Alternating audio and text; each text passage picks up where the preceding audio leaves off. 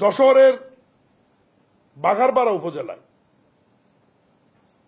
10 কোটি টাকা দিয়ে একটা ব্রিজ নির্মাণ করা হয়েছে এলজিডির মাধ্যমে। সেই ব্রিজের কনসালটেন্টিভ ফার্ম যারা ফিজিবিলিটি স্টাডি করে যারা ডিজাইন করে দিয়েছেন তারা ইঞ্জিনিয়ার। ব্রিজ নির্মিত হয়েছে, 90% কাজ সমাপ্ত হয়েছে। নির্মাণের পর দেখা যাচ্ছে যে ব্রিজের নিচ দিয়ে পানি যাওয়ারই জায়গা নাই, ডেপথ এত ডাউন করা হয়েছে।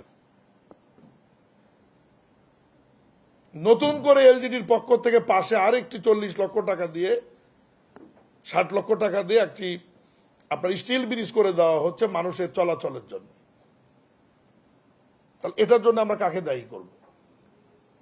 মন্ত্রণালয়ের মন্ত্রীরা দায়ী থাকবে, সচিব দায়ী থাকবে, না প্রজেক্ট যারা অনুমোদন করেছেন তারা দায়ী থাকবে? আমি ওখানে যাব, যশোরের প্রজেক্টটা আমি দেখতে যাব। রাজনীতিবিদ এবং আপনাদের ভালো দিকটা আমাদের চোখে পড়ে না কিন্তু মানুষের, কারণ ভালো দিক নিয়ে কেউ আলোচনা করে না। ইঞ্জিনিয়ারদের বহু সফলতা আছে বাংলাদেশে, হাজারো সফলতার গল্প আছে, কিন্তু এই গল্প মানুষের নজরে পড়ে না। মানুষের নজরে পড়ে কার্পেটিং উঠে যাচ্ছে, ওটা একটা টিকটক বানায় ছেড়ে দিল। কোন সময় পর্যন্ত কার্পেটিংটা থাকবে, সেটেল হবে, এটা সম্বন্ধে কিন্তু যে উঠাচ্ছে তার ধারণা নাই। পলেস্টার উঠায় ফেলতেছে, উঠায় ভিডিও করে ছাড়ছে। দুর্নাম হচ্ছে কার? ডিপার্টমেন্টের ইঞ্জিনিয়ারের। কিন্তু আপনাদের সফলতার গল্প কি আছে? আপনারা কত ভালো ভালো আর্কিটেকচারাল ডিজাইন করেছেন, কত ভালো ভালো বিল্ডিং করেছেন, কত নতুনত্ব নিয়ে এসেছেন এই ডিপার্টমেন্টকে। ইঞ্জিনিয়ারিং দিয়ে মানুষের মঙ্গলের জন্য কত কিছু করেছেন, কিন্তু সেই বিষয়গুলো কিন্তু মানুষের নোটিশে ওইভাবে আপনারা হয়তো আনতে পারছেন না বা আমরা আনতে পারছি না। সমস্ত ডিপার্টমেন্ট লক্ষ হাজার কোটি টাকা খরচ করে আমরা ভালো ভালো প্রকল্প নির্মাণ করছি, কিন্তু যে টুকটাক যেখানে প্রবলেম হচ্ছে সেই প্রবলেমগুলো মানুষের সামনে নিয়ে এসে ইঞ্জিনিয়ারদের হেয় প্রতিপন্ন করা হচ্ছে, যেটা আমাদের কারোর জন্যই কাম্য নয়।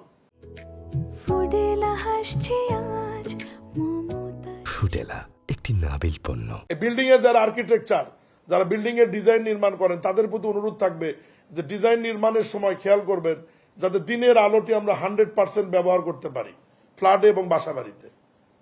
আমরা কি আসলে তা করি না? বা ফ্ল্যাটে এত মোটা মোটা পর্দা দিয়ে আমরা চারদিকে ঢেকে রাখি এবং দিনের বেলা আমরা আলো জ্বালাচ্ছি, রাতের বেলাও আলো জ্বালাচ্ছি, তাহলে কি এনার্জি আমাদের তো লসটা তো ওই জায়গায় হচ্ছে।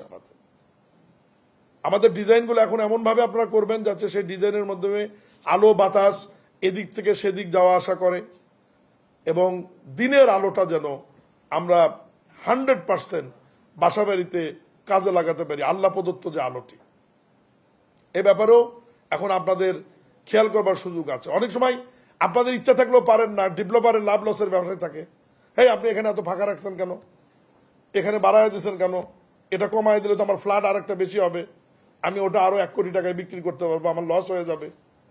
এই যে বিষয়গুলো থাকে, আমি বলছি যে সবসময় যে আপনারা স্বাধীনভাবে কাজ করতে পারছেন এটাও আমি বলবো না। আপনাদের স্বাধীনতা খুবই কম, অথচ বাংলাদেশের সবচাইতে মেধাবী মানুষ আপনারা।